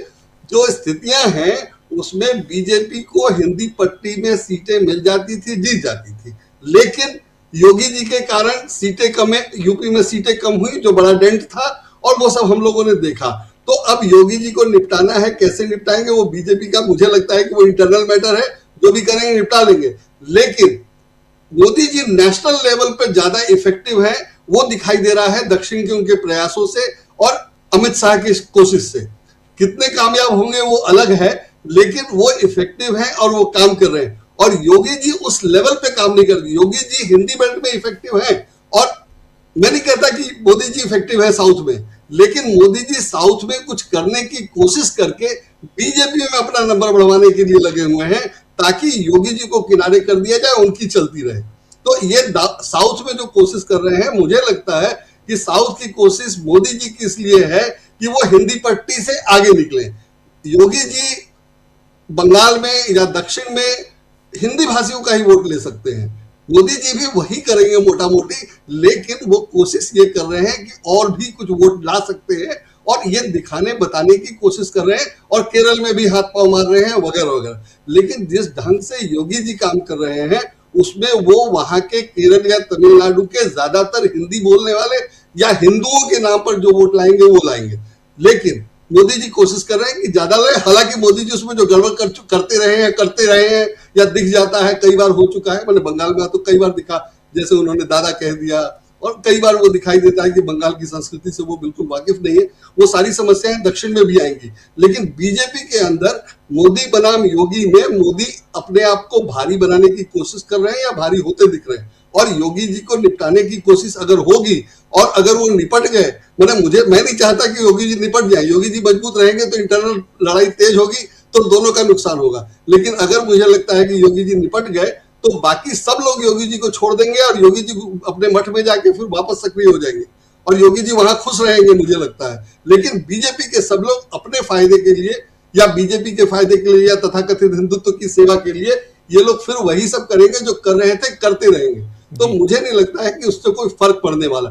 और इसकी तैयारियां एसआईआर में दिखती हैं, और एसआईआर में जो तर्क दिए जा रहे हैं वो एक से एक दिलचस्प है। जैसे मैंने सब सुप्रीम कोर्ट में कहा गया है पिछले 2-4 दिन में, मैं उसमें से मैंने नोट किया है कि बिहार में शिकायत नहीं आई, इसलिए जो एसआईआर हुआ वो ठीक हुआ। एक तर्क है। दूसरा तर्क है कि तार्किक विसंगति, जो जिन लोगों को बंगाल में जिन लोगों को बुलाया गया था, लाखों लोग थे शायद, उनको जिनमें बुलाया गया था उसमें कई लाख लोग नहीं आए। तो जो लोग नहीं आए वो शायद असल में घुसपैठिए हैं, इसीलिए नहीं आए। जब आप 50 लाख लोगों को बोलेंगे कि आकर के बताइए अपने जन्म की तारीख, अपना पता ठिकाना साबित करिए, तो जाहिर है उसमें कुछ लोग नहीं आ पाएंगे। उसके तमाम कारण हो सकते हैं, और वो लोग अगर नहीं आए तो आप कहिए कि वो घुसपैठिया है इसलिए नहीं आए, इसका मतलब नहीं है। मैं सब कुछ रहते हुए मैं नहीं जा पा रहा हूं अपना कागज देने, और मुझे अपना एज ठीक करवाना है, मैं नहीं जा पा रहा हूं, और उसका मतलब ये लगाया जाए कि मैं घुसपैठिया हूं तो कुछ नहीं कहा जा सकता है। वैसे ही बंगाल में ये किया जा रहा है और ये दिखाई दे रहा है। और सबसे दिलचस्प था कि सुप्रीम कोर्ट में कहा गया कि ट्रंप के केस में कि जैसे ट्रंप कर रहे हैं वैसा तो भारत में नहीं होगा। ट्रंप ने जो उठा लिया पूरा अपहरण का बिहार वाला जंगल राज पूरे अंतरराष्ट्रीय स्तर पे दिखा दिया, तो वो कहा गया सुप्रीम कोर्ट में चुनाव आयोग की तरफ से कि भारत की तुलना अमेरिका से नहीं की जाए। भारत में ऐसा कहाँ हो सकता है? लेकिन भारत में वही हो रहा है जो ट्रंप अंतरराष्ट्रीय स्तर पे कर रहे हैं, वही भारत में राज्यों के स्तर पे हो रहा है, तो हो ही रहा है। लेकिन तर्क देने को सब तर्क दिए जा रहे हैं, और एक से एक कुतर्क है, उसमें कुछ भी नहीं होने वाला है। और दक्षिण भारत के प्रचार में या दक्षिण भारत की खबरें दिल्ली के अखबारों में जैसे छप रही हैं, उसके चक्कर में दिल्ली की खबरें नहीं आ रही हैं। जैसे प्रदूषण वाला मामला है, अभी अंशु जी ने बता दिया सब कुछ काफी, कि विदेश से फंड और ये वो खिलाड़ी है, खेलने को तैयार नहीं है। और क्रिकेट वाला मामला अलग है कि क्रिकेट बांग्लादेश के लोग खेलने के लिए तैयार नहीं। तो स्थितियां जितनी खराब हो सकती है, इससे ज्यादा खराब नहीं हो सकती थी, और किसी के नियंत्रण में नहीं है, ये भी दिखाई दे रहा है। लेकिन बीजेपी का जो विरोध होना चाहिए या बीजेपी का जो समर्थन है, वो भी आश्चर्यजनक है कि क्यों कोई समर्थन कर रहा है। या एसआईआर में सुप्रीम कोर्ट या इलेक्शन कमीशन के वकील ही ये क्यों ऐसी दलीलें दे देकर चुनाव आयोग की रक्षा कर रहे हैं, चुनाव आयोग का बचाव कर रहे हैं? मुझे लगता है कि साफ चुनाव आयोग के वकील हैं तो देंगे ही चुनाव आयोग के। बिल्कुल, मैं वही कह रहा हूँ कि साफ साफ स्वीकार किया जाना चाहिए कि गड़बड़ है और एसआईआर नहीं होना चाहिए। मतलब देश हित में यही है, और सब जनता के पैसे से वेतन मिल रहा है और आप वहां कुतर्क कर रहे हैं, और बिल्कुल दिखाई दे रहा है। और अब सुप्रीम कोर्ट को अब समझ में आ रहा है, 7 महीने हो गए तब, कि जो चुनाव आयोग ने एसआईआर का उद्देश्य बताया था वही अस्पष्ट है। ये 7 महीने लग गए सब समझ में आने। किसी भी मामले में, किसी भी केस में इतना समय सुप्रीम कोर्ट किसी को नहीं देगा, तब जाकर के ये यहाँ अब समझ में आ रहा है। तो जाहिर है कि आप समझना नहीं चाहते तो नहीं समझ में आएगा, वही स्थिति है। तो इस तरह से अगर सरकार का या चुनाव आयोग का बचाव किया जा रहा है जी संजय जी, वो आदेश में परिवर्तित हो, ऑर्डर आए, समझना बिल्कुल, बिल्कुल। टिप्पणी करना अलग बात है, ऑर्डर में वो बात को कहना अलग बात है। तो इसलिए जब ऑर्डर आ जाए तभी हम और आप खुश हों, वरना हमारी खुशी कुछ पल की होती है, उसके बाद ऑर्डर कुछ और आता है। और मैं वही कह रहा हूँ जी, ये हमने मैं वही कह रहा हूँ जो दिखाई दे रहा है वो हो नहीं रहा है। और अगर वो हो भी जाएगा, तो अगर एसआईआर को कैंसिल नहीं किया जाता है तो जितना हुआ अभी तक हो चुका है, जो ड्राफ्ट है, और उसमें थोड़ा बहुत करेक्शन हो जाएगा, तो भी वो तो काम हो चुका बीजेपी का। और एसआईआर को बाकायदा कैंसिल होना चाहिए और अगले चुनाव से पहले फिर से रिवाइज होना चाहिए। संजय जी माफी चाहूंगा, परसों प्रशांत टंडन जी ही थे जो एक बहुत ही शानदार उदाहरण दे रहे थे। कह रहे थे एक इंसान चाकू लेके निकला है, प्रशांत जी आप ही कह रहे थे ना, ये उदाहरण आपने ही दिया था। एक इंसान चाकू लेके निकला है और वो किसी न किसी को मारेगा, हाँ? लेकिन आप उसको उसके हाथ से चाकू न छीनकर आप उसको ज्ञान बता रहे हैं, कानून बता रहे हैं कि बेटा इसका इस्तेमाल करोगे तो तुम्हारे ऊपर धारा ये लगेगी और इस कारण तुमको जेल भी जाना हो सकता है। जब तक आप बोलेंगे तब तक हो सकता है वो आपके ऊपर वार कर दे। तो पहले आपको उस चाकू को उसके हाथ से छीनना चाहिए, कब्जे में करना चाहिए। लेकिन आप वही जो उस्तूरा है, जो कहते हैं ना बंदर के हाथ में उस्तूरा, वो जो उस्तूरा है वो आपने थमा दिया, एसआईआर नाम का उस्तूरा। अब सामने वाले के साथ 7 महीने से कानून खेल रहे हैं, सेमिनार खेल रहे हैं, तो खेलते रहो। कब तक? इस बीच ये 13वां, एक राज्य पहले हो गया, वहां चुनाव हो गए, 12 राज्य और हो रहे हैं, 13 राज्य। तो ऐसे ही और यूटी मिलाकर कुल 36 राज्य हैं अपने देश में। तो देख लीजिए क्या होता है आगे यूनियन टेरिटरी के साथ। तो तब तक ये सब कुछ हो जाएगा। फैसला अभी बुधवार को एक बार सुनवाई होगी, सवाल जवाब होगा, उसके बाद फिर पूरी सुनवाई खत्म होगी, उसके बाद फैसले का इंतजार होगा, फैसला लिखा जाएगा, लिखने में 3 महीना कम से कम लगेगा। तब तक हो सकता है फेट कंपनी कहा जाता है इसको। उत्तर प्रदेश का सिर्फ चुनाव आयोग में नहीं है, वो संभल में भी दिख गया है। जी संभल में भी दिख गया है जो हो रहा है। इसलिए बहुत बुरा हाल है। और वो ठीक अगर लोग करने की कोशिश करें एकदम जोर शोर से, तब भी जितना समय लगेगा वो अनुमान नहीं लगाया जा सकता है। अभी तो कोई कोशिश ही शुरू नहीं है, तो देखा जाए। लेकिन बहुत हालत खराब, गंभीर बात आप बता भी रहे हैं। सुनील शुक्ला जी आपके पास आता हूं, फिर अमलेंदु जी थोड़ा सा वेट करने की अनुमति और चाहता हूं कि थोड़ा सा इंतजार कीजिए। आता हूं सुनील शुक्ला जी आपके पास।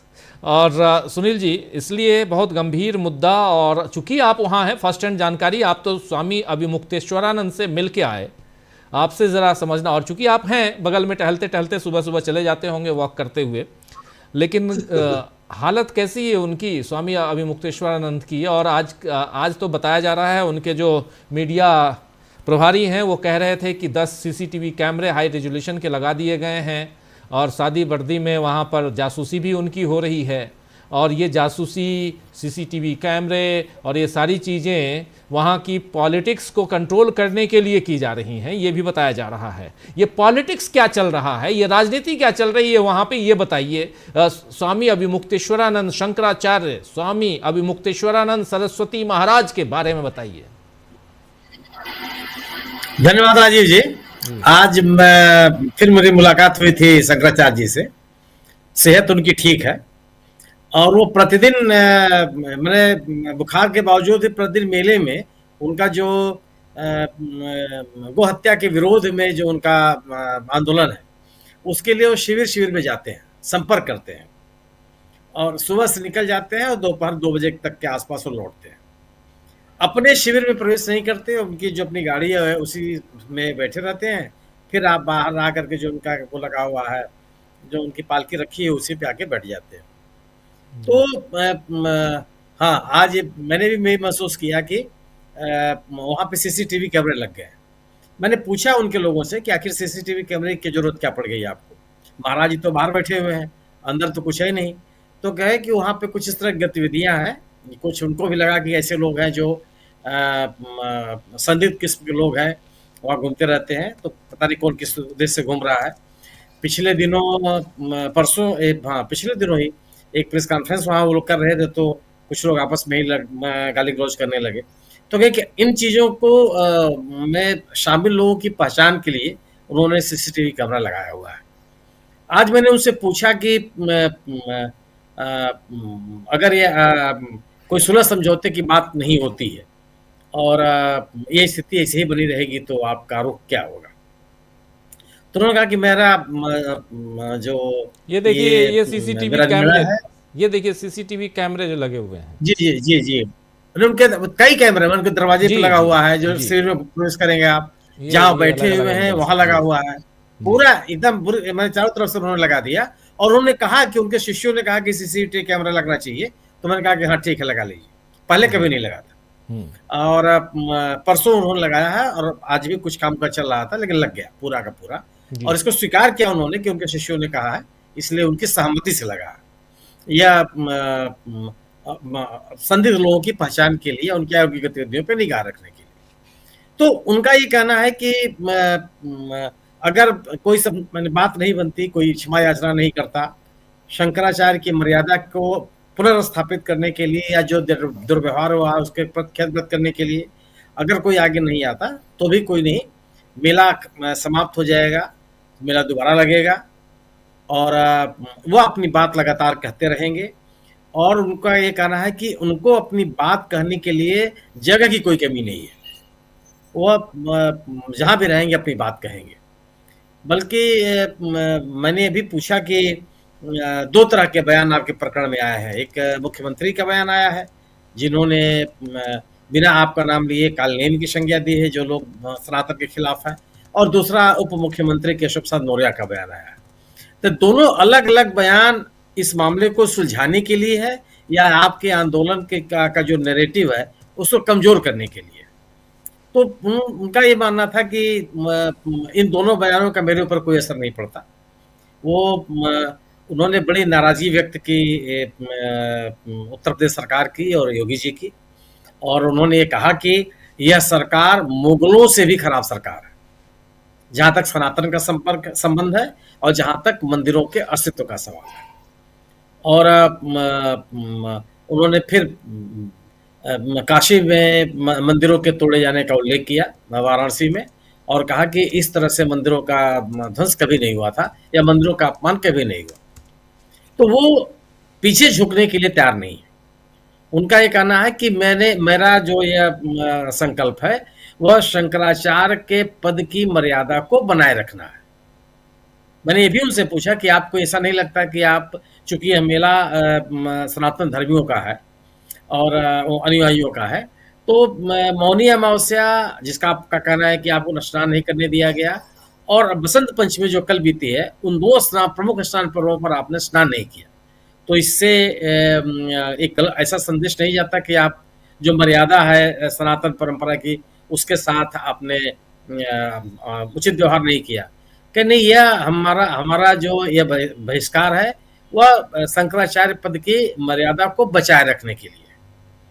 जो शंकराचार्य के साथ जिस तरह का दुर्व्यवहार किया गया वह उसके प्रति मेरा ये रोष है। और उन्होंने भी कहा कि जो उनके साथ हुआ है वह मानवीय भूल नहीं है, एक सोची समझी साजिश है।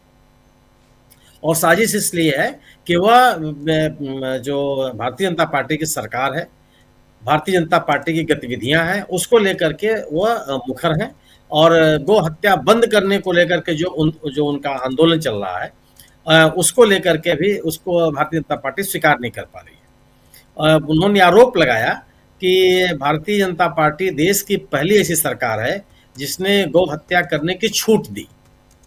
और उन्होंने जम्मू कश्मीर का उल्लेख भी किया कि वहाँ उस राज्य में भी इसकी अनुमति दी गई। और ये भी कहा कि उत्तर प्रदेश उस राज्य में शामिल है जहां से सर्वाधिक बीफ का एक्सपोर्ट किया जाता है।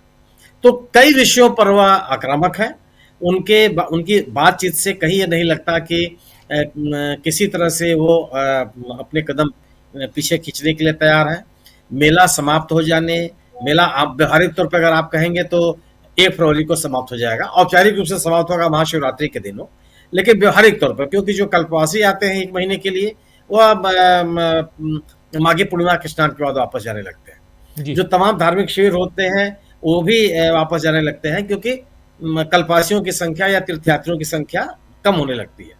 तो व्यवहारिक तौर पर मेला एक तारीख तक चलेगा, लेकिन निश्चित रूप से अधिकृत तौर पर सरकारी तौर पर यह महाशिवरात्रि तक चलेगा। और महाशिवरात्रि तक भी कई धार्मिक संस्थाएं रहती हैं और साधु महात्मा वहां रहते हैं। तो अब अधिक से अधिक यही 1 फरवरी का पहला सप्ताह, उसके बाद भी मेले के समापन के तिथि नजदीक आने के बावजूद उनका अपने उस पर कोई अपने निर्णय पर या अपने उस पर कोई अपने कदम वापस लेने का उनका कोई संकेत नहीं देते वो, बल्कि अपनी बात पे अडिग है।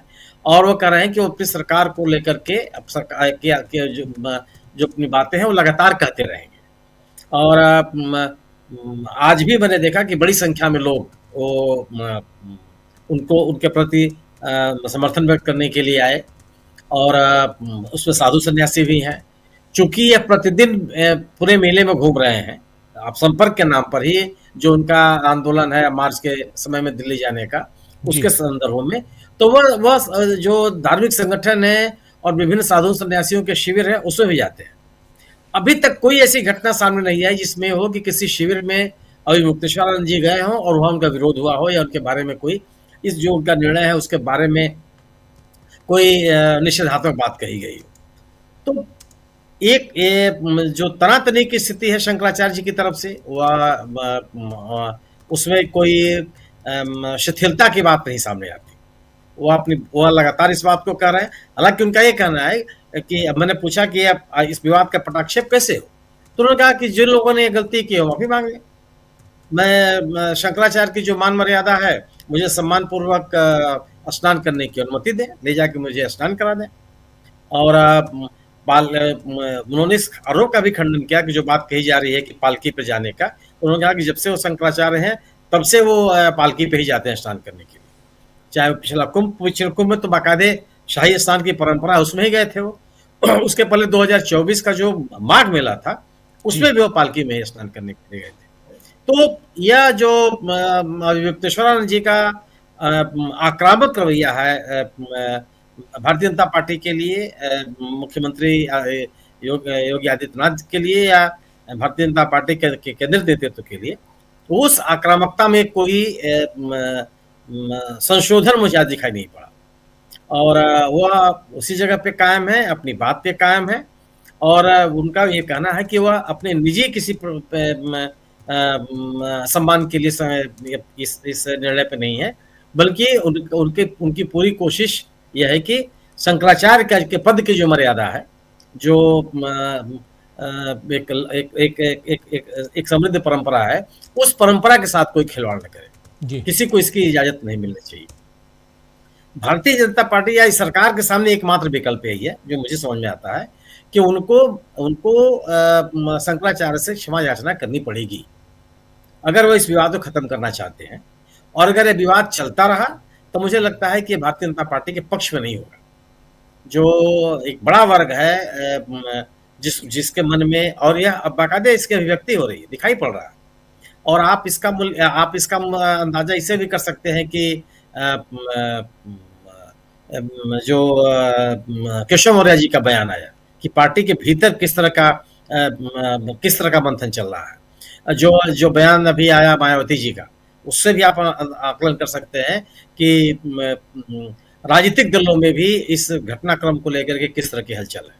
तो एक जो हिंदुत्व का एजेंडा, सनातन की बात करते करते भारतीय जनता पार्टी जो अपने राजनीतिक हितों को साधना चाहती है, उस पूरे के पूरे नैरेटिव को यह मुक्तेश्वरानंद जी का जो विवाद है वो प्रभावित करता है। यह और इसके दूरगामी प्रभाव पड़ेंगे। मैं नहीं कहता कि 2017 के चुनाव तक क्या स्थिति बनेगी, लेकिन एक मेला क्षेत्र में या वहां आने वाले लोगों के मन में, या जो मेले में नहीं है बाहर भी हैं, उनके मन में भी शंकराचार्य जी के साथ जो अवमानना हुई है वो, या जो उनके साथ व्यवहार, जिस तरह का व्यवहार हुआ है, उसको लेकर के लोगों के मन में नाराजगी है। और उनके शंकराचार्य होने को लेकर के जो सवाल पैदा किया गया है, इसको लेकर के भी लोगों के मन में आक्रोश है। और युवा लोगों का ये कहना है कि ये शंकराचार्य की मर्यादा के साथ खिलवाड़ है।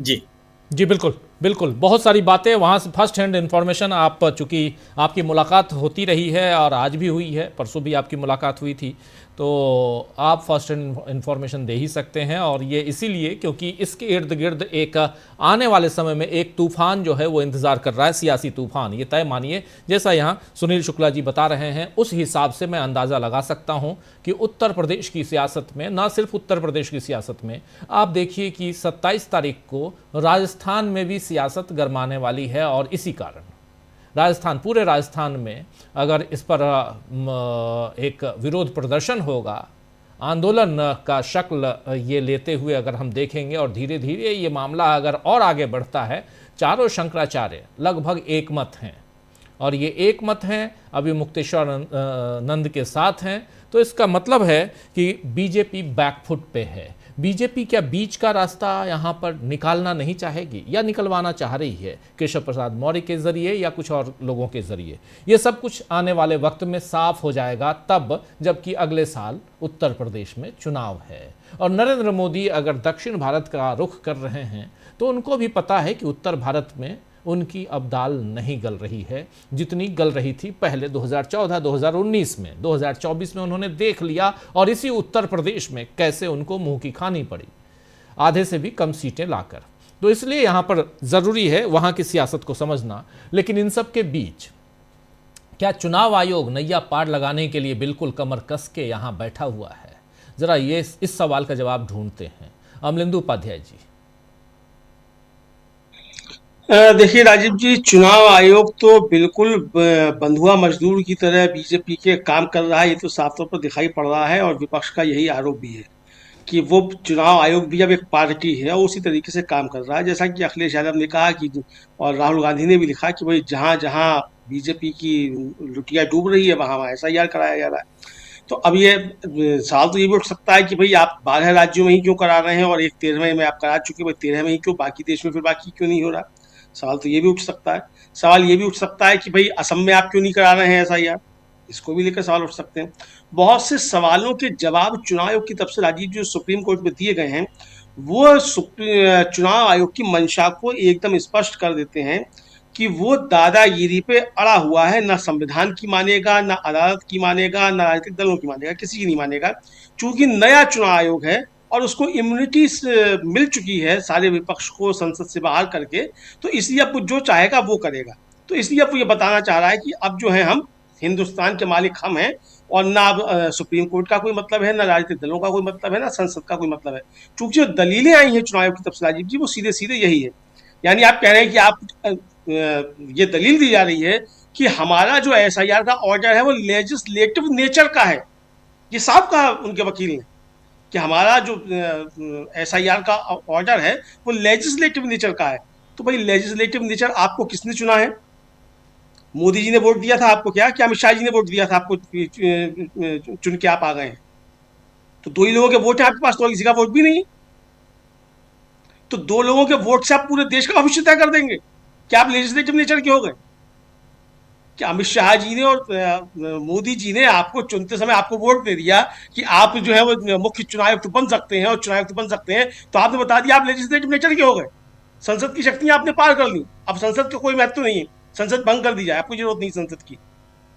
तो यही चुनाव आयोग कहना चाहता है। फिर ट्रंप का जिस तरीके से हवाला दिया गया कि साहब यहाँ आप क्या बात कर रहे हैं, वहां तो ड्यू प्रोसेस नहीं था, तो क्या कहना चाहते हैं कि आप भी यहाँ से उठा के ले आएंगे, ममता बनर्जी को उठा के ले आएंगे? यही कहना चाहते हैं चुनाव आयोग साहब? तो राजीव भी लगता है ये कहना यही चाहते होंगे। तो जो आरोप लग रहे हैं आज अखिलेश यादव की जो प्रेस कॉन्फ्रेंस है राजीव जी, उसमें भी इन बातों को लेकर कहा गया है कि जो बीजेपी से जुड़े हुए अधिकारी हैं उनको लगाया जा रहा है, छाँट के अधिकारी लगाए जा रहे हैं, चुनाव आयोग निष्पक्ष नहीं है, खुद एक पार्टी बना हुआ है, ये अखिलेश यादव ने आरोप लगाया, राहुल गांधी तो खैर लगातार लगा ही रहे हैं, तेजस्वी यादव ने भी आज इसी तरीके के आरोप लगाए हैं कि लोक जो है वो हारा और तंत्र जीता है। तो ये आरोप राजीव जी चुनाव आयोग के ऊपर बहुत ज्यादा गंभीर हैं, और सबसे बड़ी बात यह है कि चुनाव आयोग के समर्थन में केवल और केवल भारतीय जनता पार्टी है, दूसरा कोई दिखाई नहीं पड़ता। तो आखिर भारतीय जनता पार्टी को चुनाव आयोग का इतना बचाव करने की आवश्यकता क्यों होती है? अरे भाई, जब कानून बनाकर आपने इम्यूनिटी दे दी तो फांसी तो होनी चाहिए ज्ञानेश कुमार जी को, तो आप काहे इतना बचाव करते हैं भाई बीजेपी के लोग? ज्ञानेश कुमार जी खुद आकर शपथ पत्र देते हैं, हलफनामा देने या फिर माफी मांगने राष्ट्र, बीजेपी का है हलफनामा देने और राष्ट्र से माफी मांगने आ जाती है। ज्ञानेश कुमार जी का काम है, ज्ञानेश कुमार जी करें, हलफनामा दे या फिर राष्ट्र से माफी मांगे, ज्ञानेश कुमार जी को करने दो। तो लेकिन जो है ये ज्ञानेश कुमार जी ना हलफनामा दे रहे हैं ना राष्ट्र से माफी मांग रहे हैं, और हलफनामा देने माफी मांगने जो है वो मालूम पड़ता है कभी पात्रा जी आ जाते हैं और कभी रविशंकर प्रसाद जी आ जाते हैं, यानी बीजेपी आ जाती है बाबा हलफनामा देने और राष्ट्र से माफी मांगने। तो भाई जो चुनाव का काम है वो उसको करने दो, हलफनामा देना और माफी मांगना ज्ञानेश कुमार जी का काम है, वो करें, आप काहे कर रहे हैं? तो ये राजीव जी देखने में आ रहा है। तो इसलिए ये कहा जा रहा है कि ये भारतीय जनता पार्टी की मदद के लिए किया जा रहा है। अब जिस तरीके से पश्चिम बंगाल में ही अभी राजीव जी एक खबर आई, हम लोगों ने कल उसका जिक्र भी किया था अपने ब्रेकिंग दिन में, हम लोग करते हैं उसमें, कि वहाँ जो माइक्रो ऑब्जर्वर्स और SRO लगाए गए हैं चुनाव आयोग की तरफ से, और वो सब दिल्ली से भेजे गए हैं। अब BLO को वो बताएंगे और ERO, AERO, DRO को बताएंगे कि आपको कौन से नाम जोड़ने और कौन से नाम काटने। अब अगर उस माइक्रो ऑब्जर्वर का वो नहीं मानते हैं AERO और ARO और DRO, तो फिर वो सीधे चुनाव आयोग को रिपोर्ट करेंगे कि ये नहीं माना जा रहा, चुनाव आयोग सीधे फिर उनके नाम काट देगा। तो यही आरोप लग रहे हैं कि भाई चुनाव आयोग ये नाम काटना और जोड़ना जो ये है, ये अधिकार राजीव जी AERO और ARO का है, DRO का है, वो नोटिस इशू कर सकता है। तो वो नहीं मानेंगे अगर उनके माइक्रो ऑब्जर्वर की बात, तो सीधा चुनाव आयोग नाम उठाकर काट देगा, ये बात भी आ रही है। तो यही सब सारे आरोप लग रहे हैं कि ये चुनाव आयोग जो है ये भारतीय जनता पार्टी के लिए काम कर रहा है, और यही साफ कहा है कि अब चुनाव आयोग तय करेगा, जैसे राहुल गांधी का आपने ट्वीट दिखाया भी, कि अब ये चुनाव आयोग तय करेगा कि सरकार मतलब बीजेपी के लिए मतदाता कौन है। यानी राजीव जी अभी तक कहा जाता था कि मतदाता जो है वो अपनी सरकार चुनता है, अब ये सरकार जो है मतदाता चुन रही है कि कौन मतदाता है जो बीजेपी को वोट देगा, वही मतदाता है, बाकी सब घुसपैठिए हैं। तो राजीव जी तो 60% हिंदुस्तानियों को जो है बंगाल की खाली में डुबो के मार देंगे, फिर घुसपैठिया बताकर कुछ भी कर सकते हैं।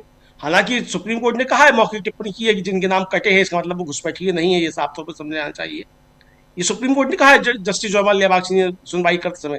लेकिन जस्टिस जयमाल्या बागची हो चाहे CJI सूर्यकांत जी हो, वो कुछ भी कह रहे हो, सवाल तो ये कि चुनाव आयोग कर क्या रहा है?